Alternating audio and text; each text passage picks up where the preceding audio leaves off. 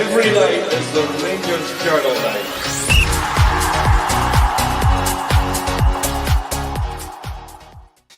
Good evening, everyone. It is Andrew, coming to you on this Easter Monday with the Ibrox Channel podcast on the Rangers Journal. We are live on YouTube, on all the socials, and don't forget to follow the Rangers Journal at the Rangers Journal on Twitter if you are watching online. Now, we've got some great guests tonight to delve into managerial candidates. There's a lot of names being touted at the minute. We've heard, of course, some of the big ones, some previous managers, and there's some outsiders. So we're going to go through all those tonight with some fantastic slides that our wonderful Doug has put together. So we're going to introduce everyone joining us on this fantastic journey tonight on this Easter Monday. Ross, how you doing, big man? Good evening, guys. Good evening to all the listeners. I'm really looking forward to it tonight as a weekend that celebrates the resurrection of Jesus Christ. We're going to discuss the potential men who could lead the resurrection of Rangers Football Club. It's exciting times. You should work in the media, I tell you, man. That is good. That is good. That's a good one. Love that. Love it, Ross. Good to have you on, big man. And we're also joined by Doug, who's obviously put the wonderful slides together. And I'm sure Doug will have a few things to say about the potential candidates that we're linked with. How you doing, Doug? I'm good, thanks. Yeah, I think there's plenty to talk about. We've been linked with, I think, every name we possibly could be.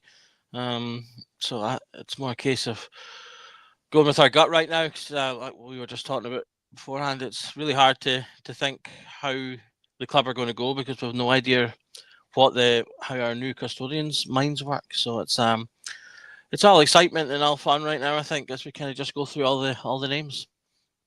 Yeah, well, definitely good. Was the Easter Bunny good to you there, Doug? He wasn't actually. I didn't actually get any Easter eggs this year.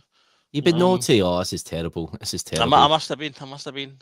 To be fair, I didn't get anything either. So yeah, I think I've burnt some bridges with Easter Bunny as well. But there we go. Right.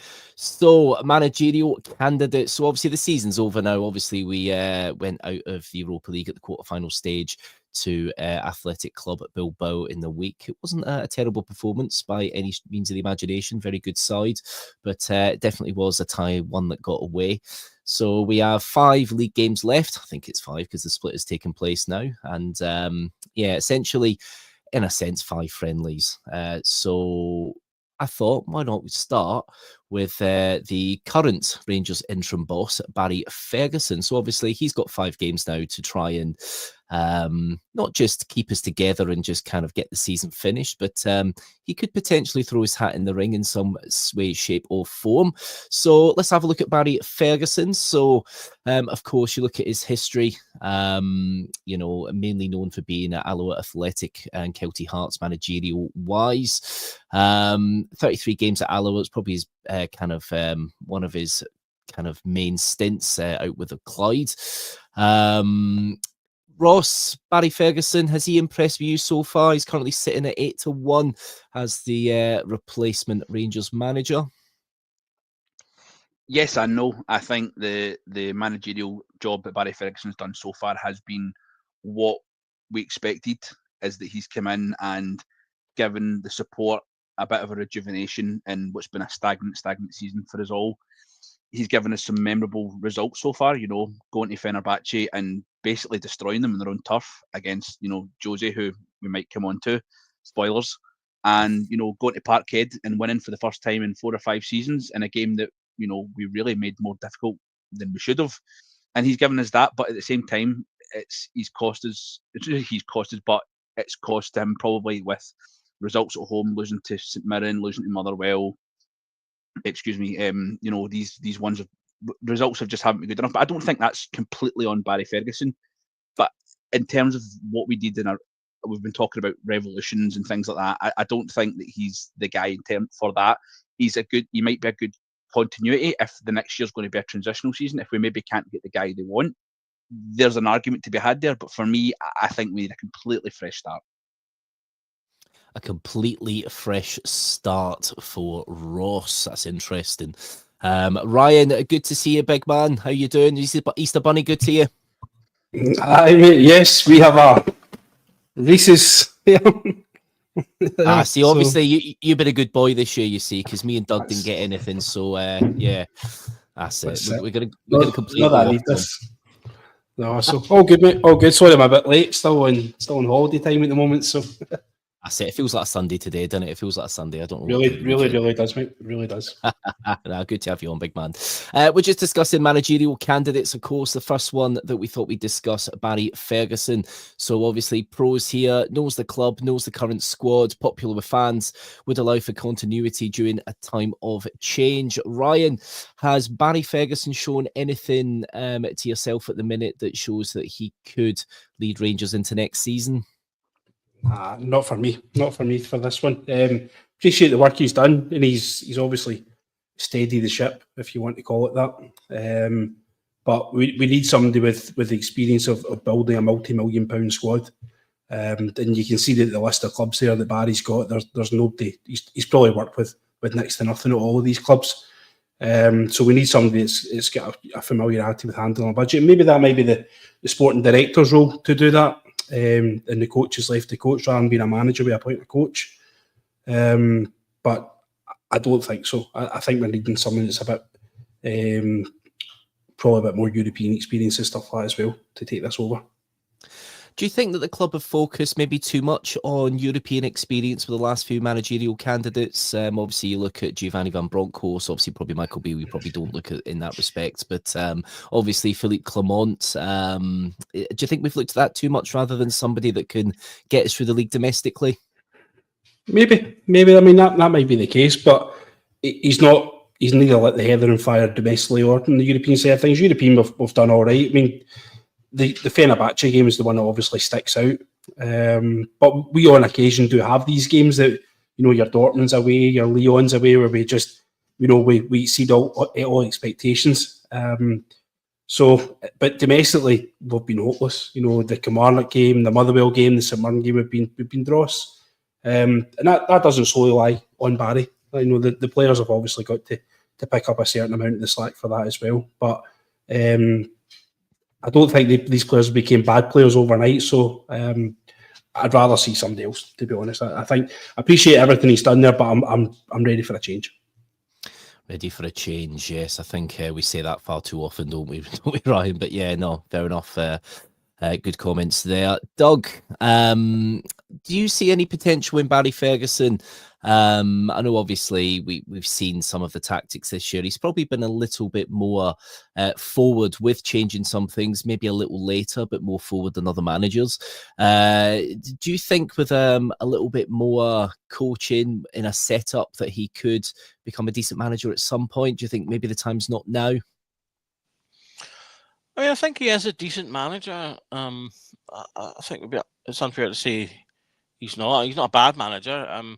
You don't go away to Fenerbahce and scalp them if you're bad at your job. But he's just not. Like Ryan said there, he's just not quite what we need for the context of the requirements right now. So as I say, we're going into a new era with owners who are going to want to build the club. We touched on just before we went live as well that European success is going to be highly valued by these owners, I expect, because Europe is where the eyes are, and it's the eyes that equal the dollars for commercial deals and getting more money into the club and ultimately making more money and making more profit. And those are going to be things that they will be interested in as the new owners. I think Barry, he has done some good things with the squad. The biggest thing I think Barry has done, because to me he's largely just kind of treaded water. The team are by and large performing exactly as they have been all season, up and down, losing goals, but good in Europe. He was ultimately just undone by a bit of bad luck, a little bit of tactical naivety, and a better team last week. So I don't hold that against him too much. But yeah, I mean, as you say there, when you're looking at the teams and the experience or lack thereof, I just don't think it has what we need right now. We need someone who's going to be confident and capable to take on the team, to build on the team, to be able to make important decisions about, right, which of these players are the ones that are good enough to stay and contribute moving forward? Who do we have to move on? Or even who is maybe good enough, but we're going to move him on because the money that he'll bring will be better to target these other areas that are in critical need. There's a lot of work there that is going to be done, not just by him, that the sporting director and the Nels Coppin will be instrumental in that as well. But the manager's got a big part of that, and I think we need someone who's got a bit more experience behind them in order to make what are going to be really critical decisions and help not only maintain the European success, which I think is going to be, as I say, really important to the board, but then building towards the domestic aspects of it as well. Yeah, no, I do agree with you there, Doug. I think that there's definitely a lot of work coming this summer, but yeah, there's a side to it. You think if it is going to be a transitional season, there is a possibility. If they haven't drawn up a list of candidates just yet, maybe they might just keep things in place for now while they kind of look at other areas. But I guess importantly, results have to change on the park, and the squad needs to change. And if the squad needs to change, you really do need to get your man in position, don't you? So yeah, no, very well said there, Doug. Guys, get your comments in. There's lots of comments here. We're going to go through them in just a second. Barry Ferguson, obviously 8-1 currently at the minute with the Rangers job. Obviously, he will be looked at with the bookies because he is in the role now. Originally, he was pretty adamant in the press conferences. It sounded like he knew that he was here to the end of the season and that was it. But there's been a little, in his last couple of press conferences, he has kind of changed his wording, and there's almost like there's some hope that he could be here for next season. But yeah, I think the 49ers will want to make a little bit of an impression with the next managerial candidate. Steve G says here, Barry isn't in consideration by the new owners and Stuart. If that is Stephen G from Merseyside, then he would say that, I think. But yeah, no, well said. Get your comments in. Sari, get a glass vision interpreter in for a laugh. That'd be good. That'd be like having a good tussle there as well. Steve G also is saying, genuinely hope that Muscat, Mourinho and Martin are not brought up during this. Well, I'm not going to give any spoilers away, Steve, so you'll just have to look and see. Now, don't forget, guys, we are sponsored to Off to the Match I Go. Head to offtothematchigo.co.uk for lots of great Rangers memorabilia. You get 10% off all products with the promo code Journal10. So do head there. There's some great stuff on there. Right, so we've just looked at Barry Ferguson. So let's move on, I would say, to another former Rangers manager in Steven Gerrard. So I think this one splits the support a little bit. Obviously, we'll have a little look here at the list of where he's managed. Obviously, we remember his stint at Villa. He only had around 40 games. Obviously, Al Ettifaq over in Saudi had 55 games before he was relieved of his duties in January. Obviously, his biggest kind of success came at Rangers, especially with lifting title 55 in the unbeaten season back in 2021. And before that, of course, only really managed at Liverpool unders level, as well as Michael Beale did as well. So, Ross, Steven Gerrard, what do you think? Is it good to go back to previous managers? Do you ever find that really ever works? I know we've had Walter, but Walter was an enigma, wasn't he? Walter was special, and I think that the experiences of his time between his two Rangers spells at a very bad Everton side and a transitional Scotland team post Bertie Vogts probably made him more of a football manager rather than the perceived checkbook manager that he was in his first spell. And I think we reaped the rewards of that definitely in his second spell when we basically didn't have two pens to rub together. In terms of Steven Gerrard, I mean, I've been quite vocally against bringing him back and everybody understand the appeal of it. Everybody thinks about that season. It was magic. It was special. The only sad thing was we never got to experience it. We had to watch it from our couches, from behind our shelters, and it was fantastic. In terms of Steven Gerrard, I don't think we should go back. I don't think he's done enough to merit coming back, if that makes sense.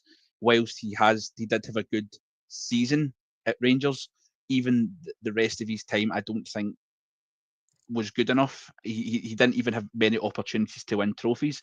In 3.5 seasons he managed in one cup final, which I think for any Rangers manager isn't good enough. Philippe Clement's managed Rangers in 3, if you want to really be pedantic about it.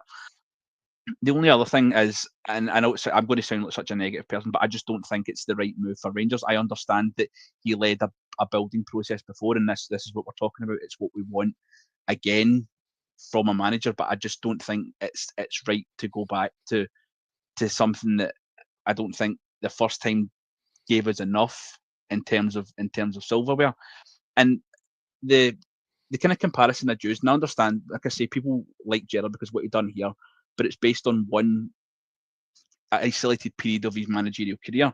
And I used a comparison elsewhere that if Steven Gerrard had managed in a similar league where there was two dominant football clubs, but one had been more dominant than the other. And I used the one I used on, if any watch me in the forums, you'll know, I used the term Croatia, where they have two big teams. They have Dynamo Zagreb and they have Hajduk Split, but Dynamo are infinitely more successful.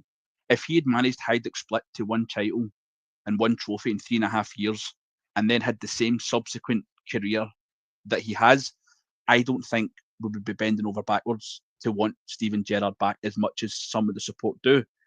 But at the same time, I understand the appeal in it. He does understand how Rangers works. He's a big name. We talk about the new owners. They'll want a big name. For me, it's not. I think, like as I said previously, I think we need a completely fresh slate. Completely fresh slate. I think that is a lot of the general consensus from looking online at the minute. There's still people that want Gerrard back. I think we've got a few comments here about Gerrard's. Where are we? Oh, I've lost them. There's so many comments coming in, guys. Make sure you like and subscribe as well. There's a lot of people putting comments in, so you might as well like and subscribe and put the notification bell on. Ryan, when we look at Steven Gerrard, obviously he gave us title number 55, which stopped 10 in a row. That is a special title with us, especially the fact we hadn't won a league title in God knows how many years, and we managed to do it unbeaten. Granted, the thing with Gerrard is he was given about 3 seasons to kind of try and get it right. He wouldn't have that time this time round, I don't think. What's your feeling on Steven Gerrard, Ryan? Are you camp Gerrard or are you camp somebody else? I prefer him over Barry Ferguson, certainly. I'm very much, as a comment sitting there waiting for us, that somebody's 50-50 on him. I'm also 50-50 with Gerrard as well.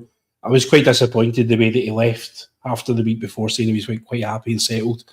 There was only one job that I could have forgiven him to go to, and that was the Liverpool job. For me, he should have waited with us until such times it can be. Obviously, there's rumours of a fallout post-Champions League exit as well. We never really backed Gerrard that much financially, so it'll be interesting to actually see that, you know, he did build a squad over a 3-year period where every year there was progression. First year we got to think the group stages of the Europa League, and then every year it just get better and better and better until we actually won the league. But at no point was he ever actually handed a significant amount of money. Probably Ryan Kent was the only one that was ever allowed to spend a significant amount of cash on. But Kent's deal was paid up over, I think, a 4 or 5 year period. So although it was a £7 million signing, it was actually structured in such a way that we didn't actually give him a lot of money up front. You know, he's developed Calvin Bassey into a £25 million footballer with assistance of Gio, obviously, in the last 6 months. He's developed Nathan Patterson into a £15 million footballer. So there's evidence that the trading model does work under him as well. He's not scared to go out and sign senior pros that he thinks he needs in the building. Stephen Davis and Jermaine Defoe is 2 examples of that. He signed Connor Goldson, who went on and had a really good career with us as well. You know, he obviously won the league with us, but as far as value for signing, I think a £3 million Goldson signing compared to the other £3 million signings we're looking at does represent good value for money as well. So he's got an eye for a player. The year that we won the league, in the summer of that year, he was only allowed to sign John Lundstrom and Fashion Sakala, 2 free transfers. So he wasn't actually given any access to any cash. From what he spoke about, he sat with, I think it was Alan McCoist and Chris Boyd, sitting speaking about fixing the roof whilst the sun shine. Yeah. and he didn't get given a penny, which I think was absolutely disgusting, to be honest with you, given the fact that he'd won that. And obviously the COVID time and stuff, and the club are obviously keeping an eye on the financial side of it, because we wouldn't have got certain amounts of money coming in. We'd have lost gate receipts from cup games and stuff. There was a wee bit difficult, but I think we should have at least given him some sort of money, considering within 12 months, or I think maybe 18 months, Michael Beale was handed a war chest and basically spunked up the wall, for want of a better phrase. So I would be interested in, I think there probably is better candidates out there, but we're talking about bringing back a British identity to the club. And I think Gerrard would do that for us. I think you'd see quite a lot of young players. Talking the boy Derry from Crystal Palace coming up, 17-year-old winger. You know, if Steven Gerrard was the manager of Rangers, I think that conversation would be a lot easier to have, rather than a manager possibly who is unknown, a foreign quantity. And the last thing we want is maybe taking a chance on a foreign manager like we have with Pedro Caixinha in the past, where he just fills the squad up with foreign absolute numpties and, you know, recovering alcoholics, as we've signed in the past. So he's a known quantity, and he's probably a safe pair of hands for us. But I'm certainly interested to see if we actually get him in and actually give him a bit of money to spend, what could possibly happen. You know, there's the transition. You know, we'll talk about people, you know, wanting to get used to the league and all these sorts of things. We've done that with Gerrard. He's basically got a work permit for Rangers, if you like. He's ready to go. He knows that he'll know a certain amount of people in the building and stuff as well. So, and we need to be ready quickly because of the Champions League. The Champions League qualifiers are going to come up on us pretty quickly, and it's a lot of money that we need. But we just need to see. We need to see. There's talk. I think Mitch was saying in the chat that he might not actually be able to come back to the UK until November for tax reasons because of the money he's made out in Saudi. So, not too sure about that. I'm not going to sit here and pretend to be a tax expert, but some people do. So we'll wait and see. But I would be interested. He's certainly be within the candidates we're going to speak about. He's definitely my top two. Definitely in your top two. Well, actually, you've almost convinced me there. You do forget things sometimes when you look at somebody's reign. You know, the things that always resonated with me was the fact it took so long to kind of get to a position to win the title. But then you do forget that we were an absolute mess before Gerrard came in. You know, we really, really were. I guess, you know, you look at the finances. Yeah, Ryan Kent was probably his only massive outlay, but then I would probably argue Roof and Itten were as well. However, I think that they were looking at Morelos was going at that time as well. So, but yeah, no, somebody that knows the league, somebody that is ready-made. So, you know, that does tick a few boxes already. You kind of know what you're getting. Everyone in the comments, welcome. Good to see you, Owen. And smash the like button, everybody. Good advice, good advice. Good to see you there, Owen. Lots of chat about Gerrard's in the comments. I'll try and get through some of them in a little bit. But Doug, I'm interested to see where you sit now on the fence. Obviously, you put this slide together. You put in the cons there. Obviously, poor record post Rangers, poor cup record, which Ross mentioned there as well. But I think one of the big pros there is a big name that will attract players, which we kind of saw last time. Do you think do you think it's the right route to go down, Steven Gerrard, if the opportunity arises? For me, there's too many variables. As I say, there's the you know, he has a lot of pros, but I do think there's a number of cons there as well. Like, so say the cup record, for me, regardless of the fact that we definitely were obviously in a poor state when he arrived, and he did well to build that. But when you look at the actual games and the performances within those games as well, he should have at least got to more finals at the very least. And in 1 year probably should have won a treble when Celtic were put out of both cups. And I don't think we can ignore that part of his performance as well. I do think that he did show that there was potential for that. Like, you know, Ryan talked about building, and he did do that. And I think there is evidence here that the potential for that to be continuing, because obviously when he left the club, we were leading in the league. I can't remember the exact amount, if it was 6 or 9 points roughly. So, you know, he was in a leading position to potentially have won himself another title, because I personally think he should have stayed, won that title, got his crack at the Champions League, and potentially, if he'd done well there, that would have put him in good stead to potentially have gotten an even bigger job. Whether he'd have done any good at that job, I don't know. The thing about money for me, I think there's a rumor that he was very stubborn in terms of selling players, and obviously there's no way to really know that for sure. But if you look at the finances, on average since 2018, we've spent around about 12 million euros each year, and there has been years where that's specifically jumped.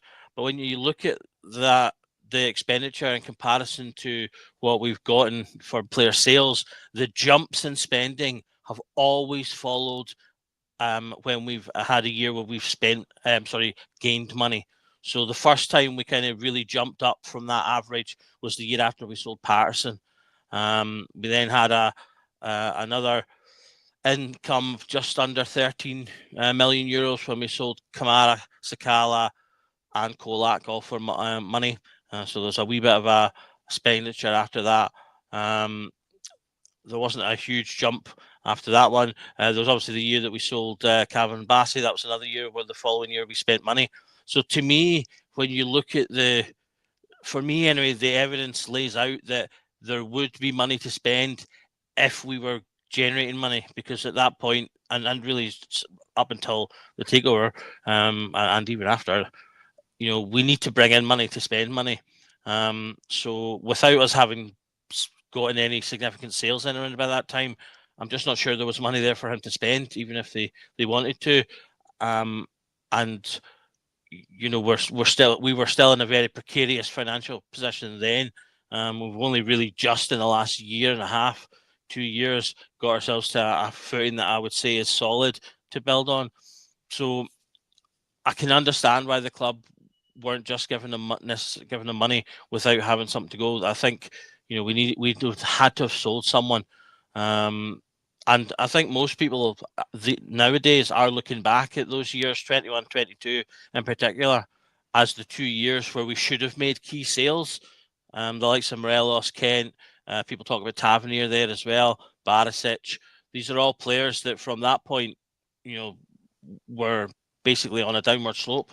So I think in hindsight, that also kind of fits that Seaton. So that's again, is he going to be a manager that's going to get on board with that? We have to build and sell in order to reinvest.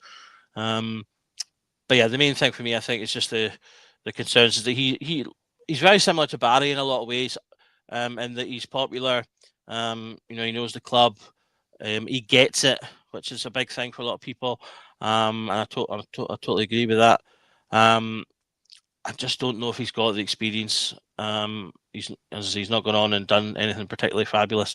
So I'm just not sure. Again, he was the right man at the right time when he came in before, but I'm not sure he's the right man now. You're not sure he's the right man now. There we go. Well said. I think there's another thing as well. Obviously, comment here will come with him. That would be interesting. So I don't think it would be the same backroom team. I just don't see. It depends what Gary McAllister's up to these days. Obviously, there's been falling outs with other people in the backroom team, and I just would people like it if he kept Tav on and gave him another year's extension? Well, yeah, that is the question. Yeah, definitely. But there we go, Stephen Gerrard. A few people in the comments don't want Gerrard. Some do. Some are 50-50. I think you kind of know what you're getting with Gerrard. And you know what? Has he learned anything since being away? It's hard to know. He's not really proved himself at Villa or El Ettifaq. So, yeah. There we go. I've just seen a comment here as well that's just popped in. Don't forget, guys, like, subscribe, and turn your notifications on if you are on YouTube. Xander, I'm here to stand for the Muscat agenda. I think, is that Chris Bett in the comments? Is it? As masking himself as Xander, I think. Yeah, well, we might get onto that in a little bit. So our next candidate. So let's go for the one that's kind of been all through the press. Jose Mourinho.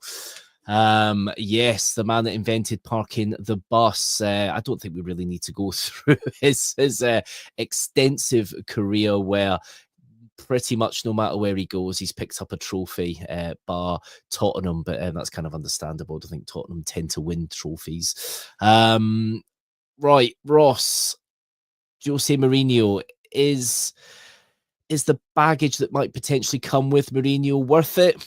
Or would you be all for a bit of Mourinho mania at Ibrox?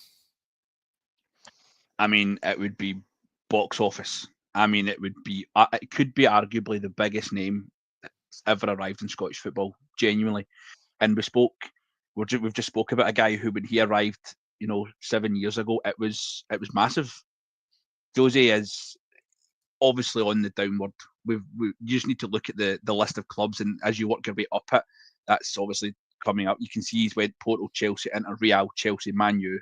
Then it's Tottenham, Roma, Fenerbahce. So he is on the down, which is understandable. I think a lot of his tactics have died away in terms of football. I think football's changed, and some of his his football decisions are maybe a little bit outdated. But one thing that you know about Jose, anybody that's ever watched any sort of documentaries, anything about him, is his man management is second to none. I don't think you've ever seen a player that's got a bad thing to say about him. One thing you could say there is that you obviously look at his domestic honours, and they have dropped obviously in the last 5 or 6 years. But bear in mind, he was sacked on the eve of a cup final with Tottenham, and Tottenham aren't exactly a club that are really in a position to be knocking back silverware or potential silverware, but they chose to sack him. Spurs will do Spurs things. I mean, I would love it. I would absolutely love it. In terms of I think he would come up here and just be an absolute superstar. But can you see Jose standing on the touchline at Dingwall in the middle of November? Nah, I don't think so. I just don't. I think it's not a footballing decision; it's a financial decision. He's currently on, I don't know what, I think we said 10 million euros a year at Fenerbahce. That's 200 grand a week. And unless we were talking off camera, unless we pull out the EBTs, we're not even getting remotely close to the money. Because we would need to essentially be still getting your license. We weren't talking about any sort of tax avoidance schemes off air. Nothing. We hear at the Rangers Journal. I encourage you to pay your taxes properly, fill out the paperwork correctly, and never ever bump the taxman. Never at all. The only other thing is, I say, he's obviously, his relationship with the Turkish media has been rocky, to say the least. We know the Turkish media is not the most the most pleasant to people that they don't like. So, and I think up here it would be just the same, because we know what the Scottish media is like and how their opinions are of Rangers. But I mean, you couldn't say it wouldn't be interesting, that's for sure.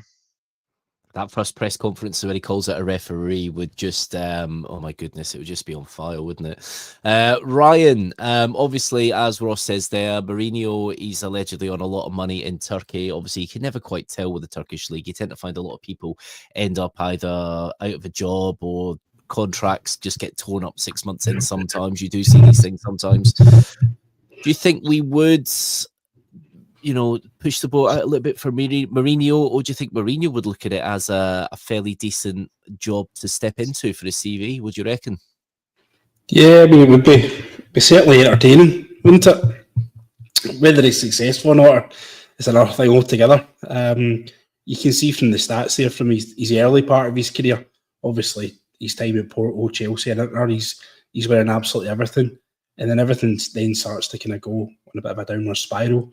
And does that suggest that his coaching methods aren't as good as what they once were? I don't know. Money wise, probably. I don't think he's short a few bob. And if he likes the job, I think he'd probably come and get it if he wanted to do it. I don't think money would probably be the biggest factor in him coming to us. If money was a thing for him, he'd probably be about Saudi Arabia or the US by now. If money was the be all and end all for him. My concerns would be that it would become the Jose Mourinho show. We'd know, Rangers would become second. We would be talking about what he's got to say and what he's doing, more than what we're talking about success on the park and players on the park scoring goals for us. So I've got a lot of concerns about it. I don't know. I really don't know. I would prefer Gerrard over Mourinho, put it that way, based on what's been done. I've just got real serious concerns over him. He's volatile, he's crazy, he's liable for running about. I think he was borderline assaulted the Galatasaray manager a few weeks ago as well. Imagine he'd done that to Brendan Rodgers. The place would erupt. The fans would probably be on the park. You can't be touching the Gucci belt. No, you can't be doing that. no, you can't go after those Marmaris teeth either. So I'll be worried if we sign him. It would be the entertainment factor would be incredible. Don't get me wrong, but no, it's not one for me. I would be worried. You'd be worried. Strong words there, Ryan. Doug, obviously, Mourinho, legendary manager, been there, done that, got the T-shirt. Do you think maybe as he's, I don't want to necessarily use the word getting older, but as he's going through Matured. Matured, that is the word. Thank you, Doug. Thank you, Doug. As he's kind of maturing. Not that any manager is matured like Mourinho. No. I'd use for him, but Yeah, it's definitely oxymoron there. Do you think now, though, there's a side to him that he just doesn't care and he will do things that he probably wouldn't have done 10, 15 years ago? Do you think that then could lump us a little bit in with problems more than anything? Yeah, I mean, look, he's a great name, and in many ways it would be amazing to have such a manager. A genuine world class, one of the best of all time managers at the club. That it's a blockbuster thing, but I'm totally with Ryan. Really, there's so much baggage that comes with Mourinho. He'll only be here for 2 seasons, probably maybe 3, before he starts sacking ball boys and doctors and something else. And he's a very intense manager, and the kind of feeling I've gotten throughout his whole career is that he will wring the absolute best out of whatever team he has, but in doing so, he will burn that team out. And that's basically what happens. Eventually, there gets to a point where the team burns out. Either the performances slip or there's arguments or whatever. The best thing about having Mourinho would he would absolutely infuriate those across the road. He would have them crying left, right, and centre about everything under the sun, and it would be amusing in the highest to watch. But like Ryan also said, he'd probably also eventually at some point take it too far. So yeah, I mean, great name. Would love it in some ways, but he's kind of the antithesis of what we need right now, which is someone sturdy, strong leadership who can, as I say, take this, work with this new board of people, new sporting director, to really build something that's going to be long term and lasting. And Mourinho's a bit more flash in the pan now. You can kind of see it as his record goes. He's a cup manager now. His tactical philosophies are not as effective and long term in terms of like over the course of a season as they once used to be. But he's still excellent at tournament football, where the mind games in a one-off match can really have an effect when you can make tweaks in one-off matches, things like that. But at the same time, he was just beaten by the former Kelty Hearts manager. So, as to say, this things around, but that's a bit mean to Jose, perhaps. But so yeah, I'm with Ryan. There's 10% of me that would absolutely love it for so many reasons, but the sensible 90% of me is like, it's there's just too much baggage there. Too much baggage, guys. What do you think? I'll go through the comments in a minute. I've actually met Jose Mourinho. He does have a bit of an aura about him, but I'll just say this: he's a man of few words. When I did see him, but yeah, I think he'd be a good kind of manager coach. I think he'd get a lot out of some players. Personally, I'm just in the camp of I don't think we'd afford him. I think the only way that we'd go down that route is if his contract was torn up in Turkey. And to be fair, in Turkey, you do see it happen with players a lot, managers, people don't get the money they're promised. So you just never know. So Mourinho, what are the comments saying? KW, Mourinho's got a title in him, but never at Rangers. So yeah, it just seems that little bit out of hand. Never say never, though, because a lot of people said Gerrard wasn't coming to Rangers, even some former first ministers. I'd rather sign the Doctor than Mourinho. I think people are looking at the baggage. Singing the blues, Jose Mourinho's become a parody of himself. Yeah, it is a possibility. It could be one of those. Guys, if you're in the comments, you're not liked and subscribed, do get liking and subscribing. don't fancy any of those mentioned so far. Baz isn't good enough. Gerrard is yesterday's man. Mourinho is too volatile and will be away in the year. Need better candidates. I think that's is that Krychek from X-Files? I don't know, but well done with that one, Krychek. Get your comments in, guys. So we are going to now discuss another candidate that I've seen a lot on the socials, and that is the former MK Dons manager, Russell Martin. 5-1 currently. Obviously played at Rangers during those dark days. Ross, you can see the pros and the cons there. Is possession ball what we need at Rangers? No, because I think we've had a few managers whose ideas of keeping the ball have been, we're a football club that majority have the ball anyway, and most of our opponents are quite happy to let us keep the ball. It's what we do with it in an attacking sense. That is why we need a manager that's got more of an attacking and an attacking philosophy, if you want to use that term. I feel bad for Russell Martin actually, because I think he did get dealt a bit of a bad hand at Southampton. He'd done a great job in bringing them up, but we're speaking about other managers, I think his stubbornness in refusing to accept that you couldn't play the style of football that he wants against teams that are infinitely better than you. It just doesn't work. You see that obviously we look there, it's the same idea as Mark Warburton. Mark Warburton, when we had the advantage against teams in the Championship, you can play that way, and if you concede, it's okay because we'll score more goals in them. But when teams figure you out, they figure you out. He's, like I say, if he actually didn't have such a bad spell with us as a player, I don't think it would mask people's opinions of him as such. I think people still think about that 6 months he was here and he was awful. He was god awful. Let's not get away from it. But that shouldn't affect how he is as a manager. He's been on podcasts lately. He comes across really well. He's clearly a really intelligent man. But I don't think we're a club at the moment that needs this possession philosophy. I think we need a manager with an attacking ideology, with the ability to just say, we're going forward, we're going to press, we're going to attack. But that being said, if he comes here, we're a club that does have the majority of the ball, and if he chooses to say we're going to play attacking football like his Southampton team did in the Championship, then he could potentially be that. But like I say, I don't see it unless he chooses to bring his wife up with him. Lucy Pinder, eh? It's funny that we all know who Russell Martin's wife is, isn't it?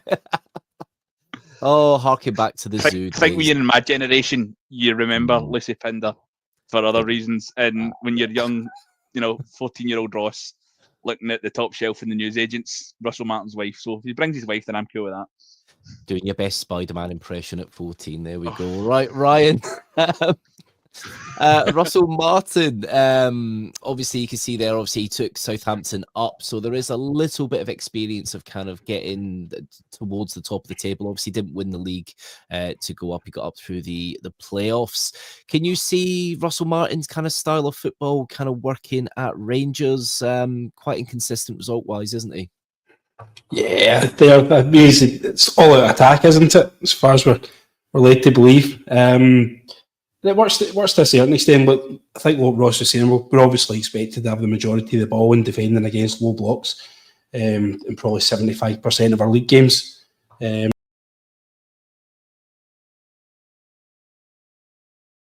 Just lost Ryan there. I think Russell Martin's contacted the internet providers to get him taken down there, but yeah, tell you what, we'll move on to you, Doug, quickly about Russell Martin. Do you see from the pros there, do you think that his man management might be what Rangers needs?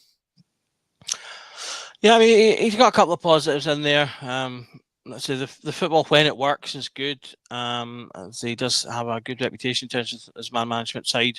And I do think that's an important thing for a Rangers manager to have. But for me, the more I've looked into him, the more the sort of the red flags are there that he would be, as I've kind of put in the concept, a Warburton Mark II, or indeed a Clement Mark II, where he's just not going to face up to if he has to change something. I did see a couple of quotes from him when they were early days in the Premiership, where he did basically say that his first game could be against, I think, because did they go up the year Liverpool? or the year after Liverpool won. And I think he said something like, even if we have Liverpool at Anfield on day one, I'm still going to pass from the back. So you kind of get that, a bit of ego there, a bit of arrogance that ultimately is only going to lead to downfall, because that's, that was the downfall of Warburton, that was the downfall of Clermont. So he is a promising young manager. I wouldn't be furious if he got the job, but I would have that in the back of my head of, is it just a matter of time before the wheels came off? Matter of time before the wheels come off. Actually, I am a little bit in that camp. Obviously, Wiesanda, by the way, he's put the playoffs is not a trophy. He's correct there, Doug. He's correct there. Don't get me wrong, it is still a trophy that they've won. A trophy is presented to the winners. So yeah. A trophy for finishing second. I don't think we're getting that. But they finished first in the playoffs. It's a separate competition. It's a separate competition. So I didn't say it's a good trophy, but it is a trophy. To be fair, technically it is a trophy. So yes, I'll give you that, Doug. You are being accurate in that respect. But yeah, that's what matters. that's what matters. I think the league's the one that matters there. There we go. Yeah, no, I think with Russell Martin, obviously he's a well-regarded manager. Obviously, Xander, I've said that he's another kind of PowerPoint manager. So kind of in that camp with the former Hearts manager who's now doing fairly okay out in Europe. His name will come to me in a minute. Ian Cathro, there we go. Thank you. So personally, I think he, again, like you say, could be a manager that's too welded tactically. Like when you speak about Liverpool there, you do have to adapt more, and especially in Scotland. That's something that I'll be honest with you, I'm liking with Barry a little bit, even if he is doing it a bit late. He is changing things tactically, which other managers haven't done, but I guess that is part and parcel of modern football. New Rangers cheerleader Lucy Pinder. Yeah, it might just be worth it. So that's Russell Martin, 5-1, linked with the Rangers job at the minute. The link could just be the fact that he has played at Rangers and possibly nothing more than that. So let's have a look at other managers touted. So I don't know if you can see all that, guys. Now, Ross Jesse Marsh name is mentioned there. Obviously, will be well known by the 49ers enterprises, of course, for obvious reasons. But 33-1, could you see something like Jesse Marsh at Ibrox, Ross? No, I don't think so. He's currently doing a half decent job with the Canadian national team, I think, and I believe he said he was quoted and wanted to try and get in the next World Cup.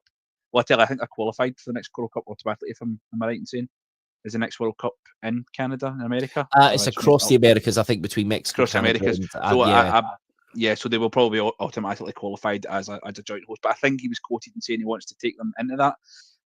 Jesse Marsh, as a guy, like a lot of people, I think managers, they come in, they always start well. He started really well at Leeds, but then when the wheels went off, they fell off spectacularly. And I don't think that he's the guy that we need. Don't think that's the guy that we need. Yeah, no. Strong name in some respects, but like you say, he's doing quite a good job with Canada, which is quite a bit of a difficult job, especially with the way they've been over the past few years. Another one there, Doug, is there any that tickle your fancy there? Looking at someone like Sean Dyche, is that just a link that's in there just because of the fact that he has mentioned before? I think he's mentioned the Old Firm in an interview. Could you see Sean Dyche, the man that... another kind of relegation bowl type manager? Do you think you could see him at Ibrox? I mean, yes, I could see him there, but I wouldn't be happy about it. I just don't think he's in any way the profile for what we're looking for. He is a good manager in the context of what he's done in his career, but I think he, unlike say a Roy Hodgson, who has like such a huge array of experience in his career and has won trophies, managed abroad and things like that. Sean Dyche, his career is largely built at one club, and sometimes you just get a really good fit with managers and clubs, and they do really well. When he went to Everton, who've got more resources and were looking to build, he wasn't really able to facilitate that, although you could argue that Everton have been a bit of a basket case club for a wee while, so there's maybe other things there, but all of his experience, all of his nows, all of his qualities are kind of based around being the underdog and the fighter, and that's not what we should be positioning ourselves as. Fair enough, there are times in Europe where we will be in that position, but 95% of the time we should be the team that is the dominant team, looking to be the aggressor, and the team on top. And that's just not, I think you kind of saw that when, although I think he should have got given more time, I think you kind of saw that when Moyes took the step up to Man United. He struggled a little bit to move from the position of the guy who was just under the best and fighting to sort of stay where they were, and what he did with Everton, and making that transition to being the best, and in that position where you have to have that mentality. So I'm not sure if Sean Dyche brings that. He would certainly create an organised team who are hard to beat and defensively solid, but that's not what we need really defensively on the whole. Until the sort of last few months, we're generally, last few years, our defence has still been good enough. Our biggest problems have been not scoring enough goals and not having a good enough attack to break teams down, and that's just not Sean Dyche's wheelhouse. Yeah, no, it certainly isn't. We saw kind of some evidence of that at Everton as well. It was more relegation ball, wasn't it? Ryan, good to have you back, big man. A few names sticking out there on the kind of other names touted list. Knutson, of course, who's done fantastically with Bodo Glimt. They're in a European semi-final currently. Do you think the boat might have sailed on him there? Maybe, yeah. Knutson probably, I'd imagine, be something like an Ajax manager or a FC Copenhagen manager, something kind of in that kind of mould. With that, we've got to be wary that it's not so much his managerial style that's got Bodo Glimt to where they are at the moment. Got to remember that Bodo Glimt actually play in the Arctic Circle in the very top of Norway on a plastic park, which I don't think any club in the world would want to go and play on. So we've got to be mindful of the fact that is it so much that Knutson's that great and built that successful club, or is it the conditions very much play in their favour when teams go to visit them? So we've got to be careful on that kind of thing. So, but I would take a punt on Knutson. I spoke about the top two. My top two are Knutson and Gerrard. I'd be willing to take a punt on Knutson, to be honest with you, based on where he has taken Bodo Glimt from. So there, Muscat would probably be a third choice for me, who's not mentioned here, who's getting mentioned quite a lot in the comments. Well, we might be mentioned in a little minute or two. Ross, is there anybody else on that list there that sticks out for you? A Rino Gattuso press conference would be interesting, wouldn't it? I mean, we all love Rino. But he said more clubs than Tiger Woods. Let's be honest. He can't hold a job doing more than 20 minutes. He's actually doing a decent job out at, Hajduk Split, who I mentioned earlier on, just putting that out there. It's actually funny. Knutson seems to be the one that everybody seems to like, and I understand why. He's done a fantastic job at Bodo Glimt, but I think there's extenuating factors that have prevented, maybe not prevented him from leaving, but made him want to stay. I think there's rumours about him getting more money for player sales. We're talking. Doug mentioned that Sean Dyche at Burnley was it was just perfect for him. Maybe Bodo Glimt is the same thing for Knutson, that he's just in a position where everything seems to everything's fallen into place for him. That's not to say he's a bad manager, because he's clearly a very good tactical manager. All you need to do is watch his Bodo Glimt team and see how good they are. They use what they've got to their advantage. They use the location. They're obviously very, very far north. You've seen Lazio were playing them last week, and it was like, it was a snowstorm. So they use what they've got to their advantage. But I believe I actually did, just to say, Ryan, he said he was an Ajax manager. I actually think he's already knocked back the Ajax job maybe 2 seasons ago, I think. I mean, it's conjecture, but I'm not 100% sure. I'm quite glad that the odds for Derek McInnes have shot right up. I hope we never have to mention Derek McInnes as the Rangers manager ever again. To be honest with you, I'm fed up listening about it.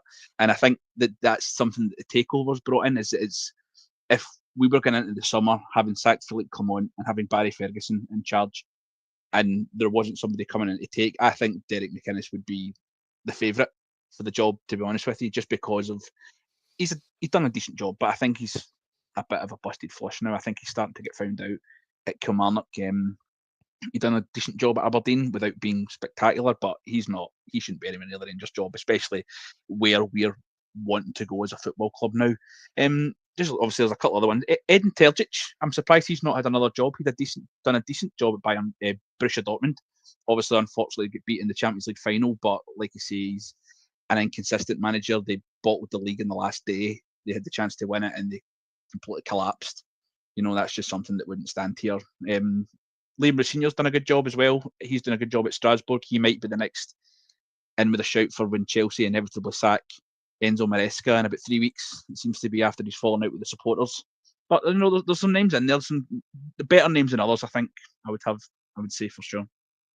Yeah, you look at this as well. Obviously, managers that currently are unemployed. Like I think Wagner's unemployed currently. I think his last job was Norwich. He did a good job there when he got them promoted and stuff.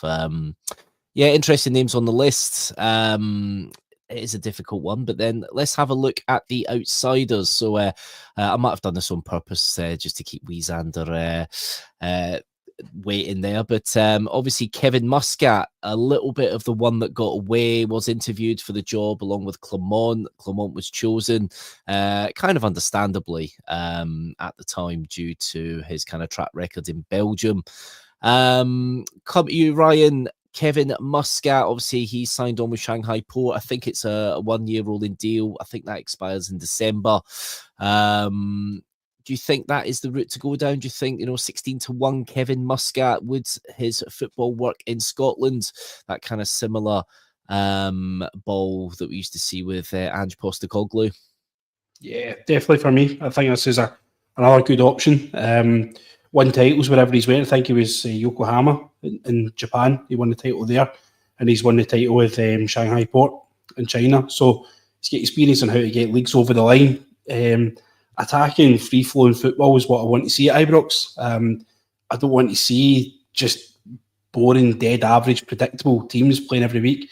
I want to see excitement. I actually want to be able to go to Ibrox and turn around and say to the guy sitting next to me, Rangers are going to win 5-0 today, rather than we'll probably go 1-0, maybe 2-0 down, and then we'll start playing. I want to see us actually get out and rolling over the top of teams like the days of old.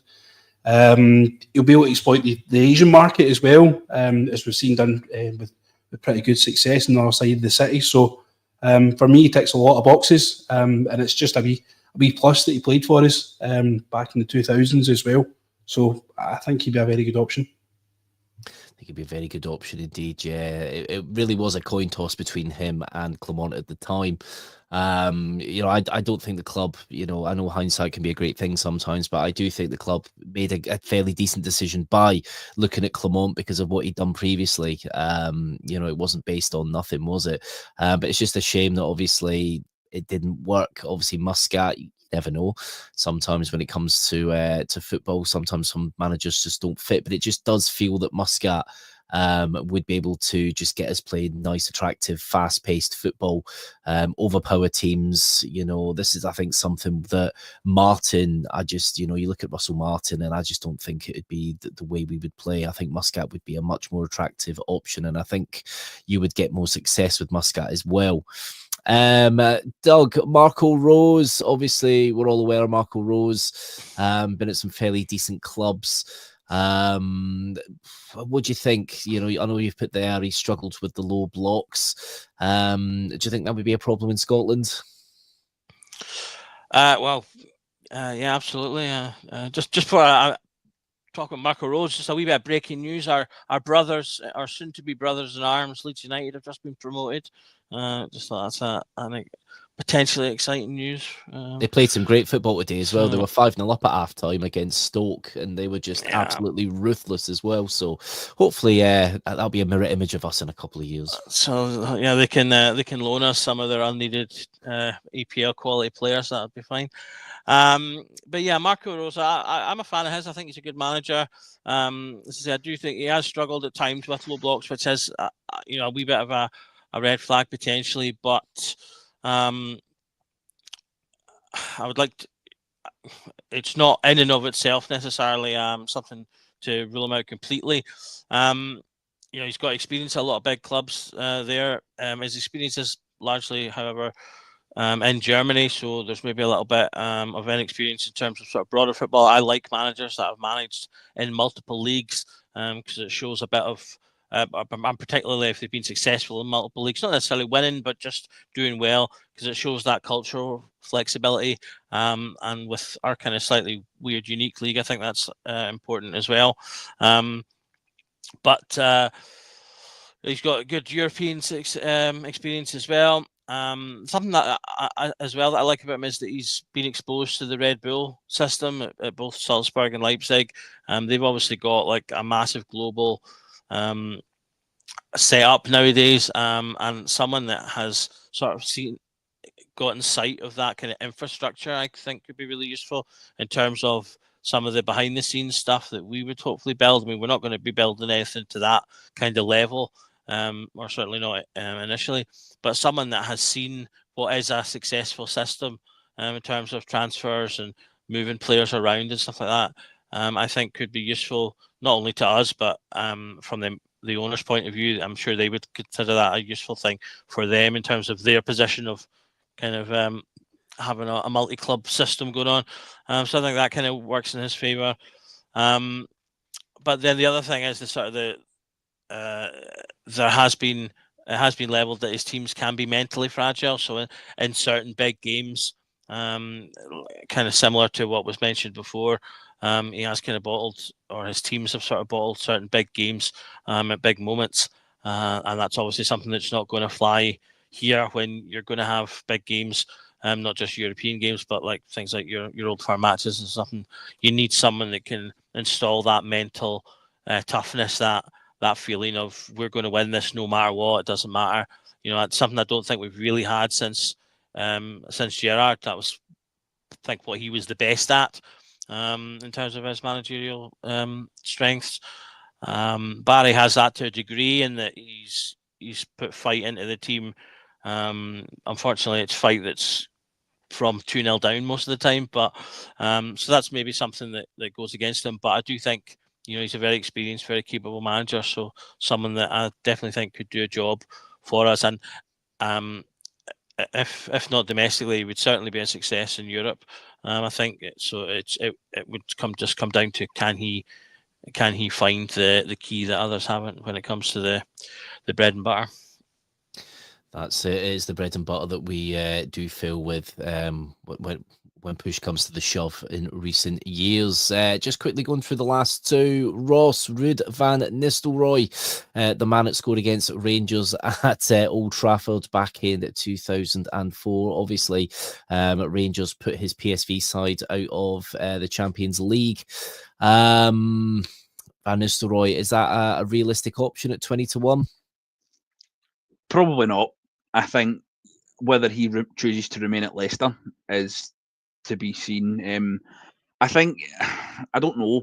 I don't think we'll appoint him. I think he's going to get another job in England. But I think he made a poor decision going to Leicester. I think that when he stepped into the Man United job, he kind of put himself into the shop window, and he could have probably got a better job than Leicester. And Leicester have been a bit of a basket case this year as well. But I just don't think he's going to entertain coming to Scotland. I think he'll get another job in England. Another job in England, yeah, very likely. Ryan, just to round up, Rafa Benitez. I've actually met Rafa myself before he went to Everton. He was he was doing some player scouting on his laptop, watching some game from some Chinese lower league division. Nice enough guy. Do you think that he's a little bit over the hill management wise now? Do you think, and also could we afford him if that was an option? Yeah, he's probably in the same lane in the supermarket as Jose Mourinho, to be honest. Vastly experienced. You look at the CV there, it's incredible. Not as many trophies on it lately, though, as you would like. Could be accused of being a checkbook manager as well. So I think we're probably looking for someone who is on the upward trajectory of their career rather than the downward trajectory of their career. And I think Benitez is probably on his way down rather than his way up. We're looking for someone who's got a point to prove. I think there was a call for Gary O'Neill in the comments earlier on.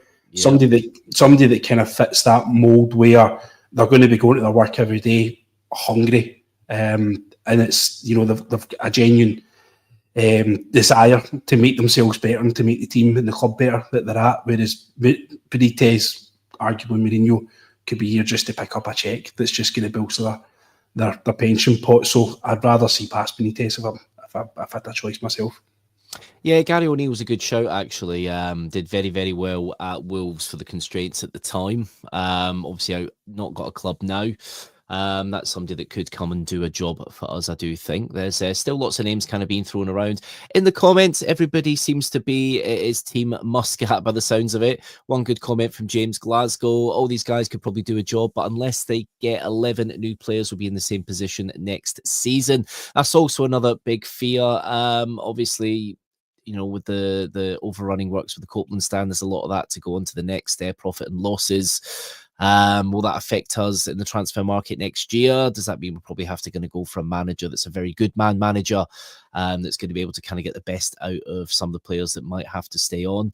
I guess we'll find out when things become clearer with the takeover. But the 49ers Enterprises, they will be happy tonight. Leeds are getting promoted. So there's more money coming their way, which could be good for us as well. Gentlemen, it's been absolutely fantastic speaking to you all on this Easter Monday. Looking at managerial candidates. Obviously, there's not been really any official links. There's been a lot of rumours. But you know what? If Team Muscat could come in, I think that would be my preferred choice. I would definitely like a bit of Muscat mania. And Chris Beck would be over the moon, I think, as well. So, yeah, there we go. Ross, thank you ever so much for coming on, big man. It's been an absolute pleasure. Thank you so much. And I would like to second that. Muscat, I think, is the man for us. Yeah, Muscat Mania is starting, isn't it? Doug, good to have you on, big man. Who would be your preferred choice? No pressure. I'll probably just go with Muscat as well. I think it would have been Knutson, but I think the ship has sailed in that. He's done so well this season, and he's getting linked with bigger moves now. There's been talks of Brighton being interested in him, and sort of links of that kind of level. So I think we've missed the boat on him, unfortunately. But otherwise, he'd have probably been my first choice. I do quite like Kasper Hjulmand as well. So he's one of the ones that I've liked, but the truth is, right now, it's, as I said at the beginning of the pod, it's so hard to guess who the realistic targets are, because I just don't really know what are the key things that the new ownership are going to be prioritizing when they are looking at their manager profile. Are they going to prioritize someone who's good at Europe? Are they going to prioritize someone that they think will be SPL ready? Are they going to prioritize short-term gain or long-term build? It's so difficult to say. There's loads of names that I didn't include in this that could easily have been included. So in that, like 40-1, we've been linked with Frank Lampard, we've been linked with Gareth Southgate, who's about to start a job with the FA for about 40 odd million or something ludicrous like that.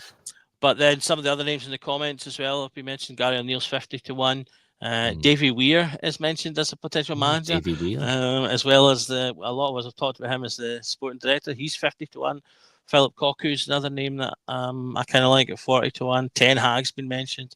So there's just so much all over the shop.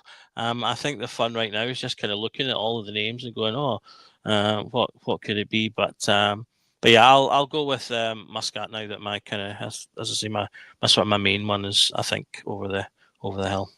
Well, another person, breaking news, it's just thrown themselves into the ring. Andrew Arbuckle, I'm good at Football Manager. I'll take it on. So Rangers will have his CV very shortly. Also, breaking news, Tony Mowbray is now unemployed. So that's just breaking now.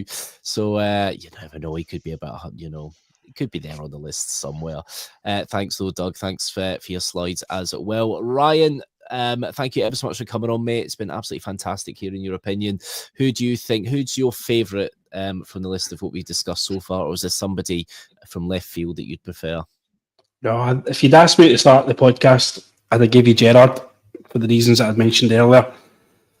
I was there, obviously, the Knutson one was one part there as well, but I've probably, based on our discussion today, joined Team Muscat as well. Team Muscat, look at that. We're changing opinions here at the Rangers Journal. This is fantastic. No, thanks for coming on, Ryan. And thanks everyone getting your comments in. Like, subscribe to the Rangers Journal. Also subscribe to the Ibrox channel at the Ibrox channel on Twitter, Facebook, TikTok, probably every other type of app, eBay, probably on there as well. And don't forget our our pod sponsors, Off to the Match I Go.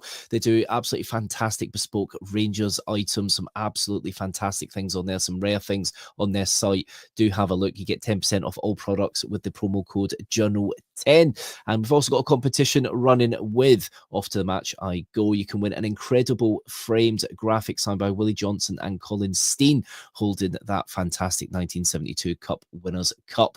To enter, just drop a screenshot showing that you've subscribed to the Rangers Journal on YouTube and Off to the Match I Go on Facebook. And then just when it hits 3K subscribers on YouTube, we will do the draw and we'll draw a name out of the hat. So do get going with that. Now, enjoy the rest of your Easter Monday, guys. And every night is a Rangers Journal night. Take care, everyone, and we'll see you later.